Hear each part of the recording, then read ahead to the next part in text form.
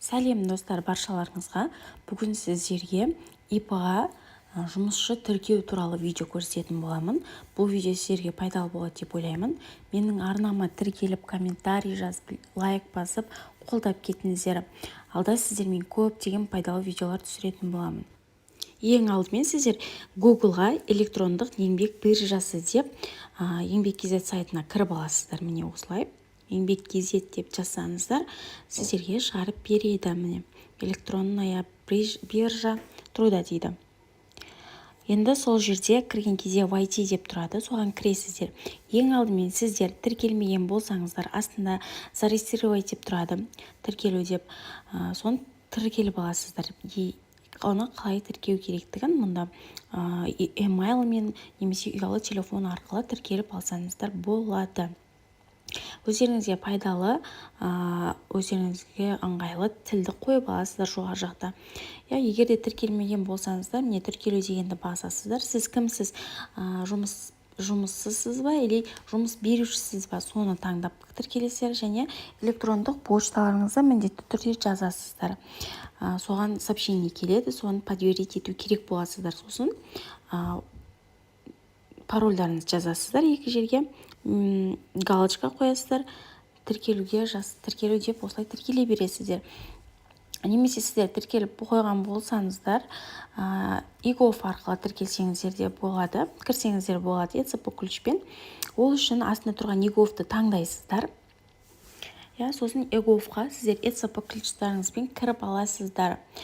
Сертификатты таңдаңыз деп басып, ЕЦП ключтарыңызды таңдап, парольдарын жазып, осылай ИГОФқа кіріп аласыздар. Сосын сіздерге разрешить деп шығып тұрады. Разрешитті басасыздар, сол кезде сіздерде міндетті түрде еңбек.кз сайтына кіргізеді. Міне осылай кіресіздер. Жоғары жақта тұрған личный кабинет дегенді басасыздар. Осы жерде мой кабинет дегенді таңдайсыздар. Егер де сіздер ИП-ларыңызды тіркемеген болсаңыздар, осы жерге предприятие деген жерге кіріп, добавить етіп, сіздер ИП-ларыңызды тіркеп аласыздар. Егер де ИП-ларыңыз тіркелмеген болса, енді келесіде сіздер өздеріңізге ыңғайлы тілді қойып алыңыздар бұл жерде де. Сосын трудовой договор деген жерге кіресіздер. Міне сол кезде сіздердің ИП-ларыңыз шығып тұру керек. Ал егер де сіздердің ИП-ларыңыз бұл жерде атауы шықпаса, данныйларыңыз шықпай тұрса, добавить предприятие дегенді басасыздар.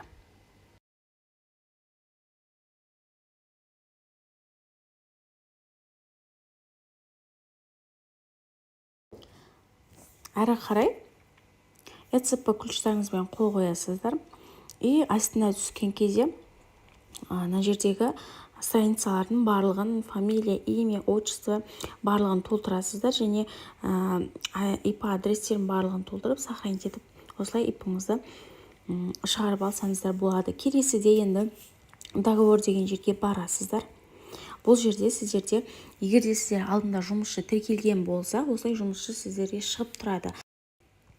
Міне қай кезде тіркелген, және қай кезден бастап жұмыс жасаған барлығы осы жерде даталары шығып тұрады, жұмысшы тіркелген болса. Енді біз жұмысшы тіркейміз, екінші жұмысшы тіркейін деп жатырмыз. Жоғары жақта зарегистрировать трудовой договор деген тұр, соны басасыздар, бірінші тұрған. Міне осы кезде сіздерде өздеріңіздің жұмыс берушінің данныйлары шығады. Бірінші енді данный работника деген жерге барасыздар да, ин работника деген жерге сіздер индеріңізді жазасыздар да, найти дегенді басасыздар. Сол кезде сіздерге мына жерде толық аты жөніңіз, имя, отчествоңыздың барлығы шығады.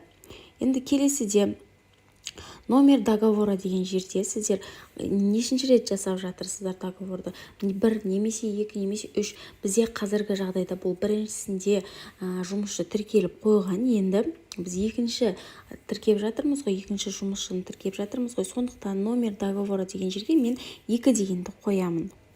Егер де сіздер бірінші рет жасап жатсаңыздар, 1 дегенді қоясыздар. Срок действия трудовой договор дегенде неопределенный срокты таңдайсыздар ма, неполные барлығын таңдап аласыздар осылай. Дата подписаны договор сіздерге қай айдан бастап уже керек. Задниймен салатын болса задниймен қойсаңыздар да болады. Енді бізде қазіргі жағдайда бұл осы айда тіркеліп жатқандықтан өзіміздің осы айдың бас жағын қоятын боламыз.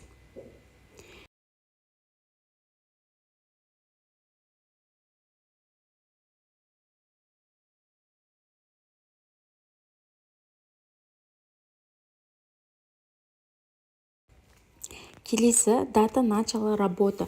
Енді бұл жерде сіз қай күннен бастап жұмыс жасап жатырсыз, ипта деген сияқты датаны қоясыз осы жерде. Бізде қазір бүгінгі күнді қоямыз. Бас жағында тіркелді деп қойдық, енді осы соңынан бастап жұмыс жасап жатыр деген сияқтыны қойдық. Одан кейін дата окончена деген жерге ешқандай қоймайсыздар. Сіздер қай уақытқа дейін жұмыс жасайтындар білмейсіздер, иә? Сондықтан қоймай қойсыздар. Ары қарай біз должностьті таңдайтын боламыз. Бұл сіз ИП-ға қандай жұмысшы болып тіркеліп жатырсыздар, соны тіркеліп жазасыздар бұл жерге, должность деген жерге. Мысалға сіз бухгалтер, кассир болып тіркеліп жатсыз, иә? Соны таңдап аласыздар. Әркім өзінің статусына қарай осы жерге қояды. Бізде руководителі болып қойылып жатыр. Енді условия труда деген жерге нормальный дегенді таңдайсыздар.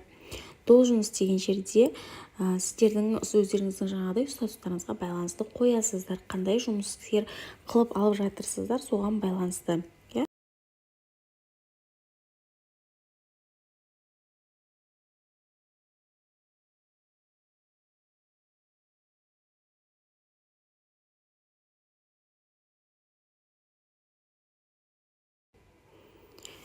Осылай таңдап аласыздар. Келесіде бізде төменге қарай түскен кезде міне жасыл жанып тұр ғой, осыларды толтырмай қойсаңыздар болады. Тип работа списку деген жерде жасыл жанып тұр, міне оларды толтырмай қойсаңыздар болады. Одан кейін вид работа деген таңдайсыздар. Основная работа, нормальный деген таңдайсыздар режимге. Егерде сіздерде жұмыскерлеріңіз жарты күн жасайтын болса, неполный деген таңдайсыздар. Келесі форма занятости деген жерге работа по месту нахождения работы деген таңдайсыздар. Одан кейін местоларыңыз таңдайсыздар. ИП-ның адресі қайда, соны таңдап осы жерге жазасыздар. ИП-да жұмыс жасап жатырсыздар сіздер. Осылай таңдап алғаннан кейін осылай барлық таблицалардың барлығын толтырып аласыздар. Және төменге қарай түсесіздер. Ол жерде сіздер сохранить дегенді баспайсыздар. Бірден неге барасыздар? ЭЦП ключтарыңызбен қол қойып сохранить етілген болады. Соған қойып аласыздар.